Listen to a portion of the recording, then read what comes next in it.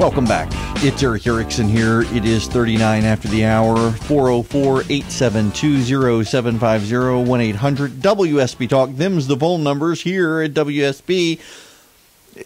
I want to spend just a couple of minutes on this Grammys thing and how everything in Hollywood these days seems designed to be La Resistance Fanfiction, including having Hillary Clinton show up at the Grammys to read an excerpt from Fire and Fury, Michael Wolff's book. Now, we know that Michael Wolff's book, by and large, is Steve Bannon's view of the White House.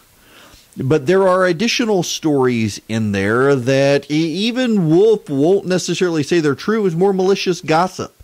And he was perfectly happy to recount the malicious gossip without ascertaining whether it was true or not. One of the pieces of gossip is that Nikki Haley had an affair with Donald Trump. I can assure you, as a friend of Nikki Haley's, there's no way in hell that she would be having an affair with Donald Trump. No possible way. And this is a malicious rumor that has largely, people have been accusing Nikki Haley of stuff like this for years. Michael Wolff accusing her, and then to have Hillary Clinton on the Grammys reading an excerpt from that book. Hillary Clinton, by the way, being someone we now know, gave a pass to a sexual harasser on more than one occasion in her 2008 campaign and in her 2016 campaign, it appears. Everything Hollywood is doing these days is packaged not around trying to reach out to people not like them, but on insulating them from people who are not like them, from reassuring themselves that everything's going to be okay. I'm actually really surprised the left did not push for Hillary Clinton to give the response to the President's State of the Union address tomorrow night. It would be the ultimate in resistance fan fiction to paint this alternative reality where Hillary Clinton essentially gives her own State of the Union address. They keep trotting her out. Do you know she's the only presidential candidate in modern polling history to lose an election and see her polling go down afterwards? Mitt Romney went up afterwards. John Kerry went up afterwards. Al Gore went up afterwards. John McCain went up afterwards. Hillary Clinton went down afterwards. It is a unique thing in American history for a failed presidential candidate to have her popularity decline, and yet Hollywood insists on trotting this woman out at every possible occasion to remind America what a terrible candidate she was and what an unlikable person she is. But if only the people knew. She had ample opportunities for people to see the real Hillary Clinton, and apparently the real Hillary Clinton isn't a very likable person. But they put her there nonetheless. And the rest of the Grammys. Now, listen, you should know I'm talking out of turn to some degree because I don't watch them anymore. When I was a kid, I watched all the award shows. But as I grew up, they got more and more politicized. And now it's at a point where it's just another Women's March rally, except the women all lost. Other than one, hardly any of them got nominated. And what, one or two won last night? They got all these Time's Up badges on. It's just a bunch of hypocrites. Many of the people in that room, many of the people on the stage, many of the people wearing the Time's Up badges, buttons, whatever you want to call them, are people who were protecting and covering for harassers and abusers, if not the harassers and abusers themselves, including Hillary Clinton, by the way, so she fit right in. There is no reason for anybody to have to pay attention to that garbage. I did, however, do due diligence and read up in all of the usual sources and all of the mainstream media publications that were glorifying the Grammys for speaking truth to power. And then just as they speak through music, they're speaking from stage about real issues that affect real baloney. I nearly said a bad word there.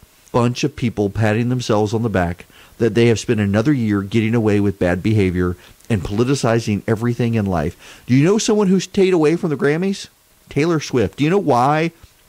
According to several outlets, she knew she would get asked political questions. She's getting attacked from the left for refusing to answer political questions as if she's anything other than a singer, as if she needs to have political views. This is part of the problem. Hollywood is reflective in all of these stories, is every singer, actor, actress, whatever, has to take a partisan position against conservatives and against Donald Trump. It is their way of doing penance. It is almost a religious sense of obligation they have for these people to take a position. Now, I got to take a position on traffic and go check Doug Turnbull on 285. At 44, the Skycopter here. Before I get on 285, I need to tell you that we just issued a travel advisory with the Triple T Traffic Alerts app. Sign up for that, get the push alerts and our audio alerts because only a right lane's open. I'll be over the scene here in a moment. It's 400 South at Sidney Marcus Boulevard. The crash with debris in the two left lanes. That's why on the right lanes get by, and you're really starting to stack up, especially before Lennox Road. And getting around it on 285 west and south, the Loop, 35 minutes. Just Ashford Delmody rounded that earlier trouble at Cobb Parkway. The more delays below Atlanta Road, I-20, exit 10, the West Freeway. And your Loop ride is close to an hour, 285 east and south, 400 around the Memorial Drive with those sunshine delays, 285 westbound, jamming you from the airport tunnel area to where you hit that sunshine at I-85, Eric. Thank you, sir. By the way, there's a completely unrelated matter from the Grammys. You're going to be hearing a lot about it. So, several dozen tickets printed for the State of the Union address had misprints. Instead of saying admit the bearer to the address to the Congress on the State of the Union, it's unium with an M on the end, and people have been having a field day. The White House had nothing to do with this, and yet again, this is something where people are attacking the White House over this. They had nothing to do with it. It was the Sergeant at Arms for the House of Representatives that presents the tickets. But you can't even talk about this. It's like the Ivanka Trump, Jose Andre story. So he tweeted out angrily that he was denied access to something because of Ivanka Trump.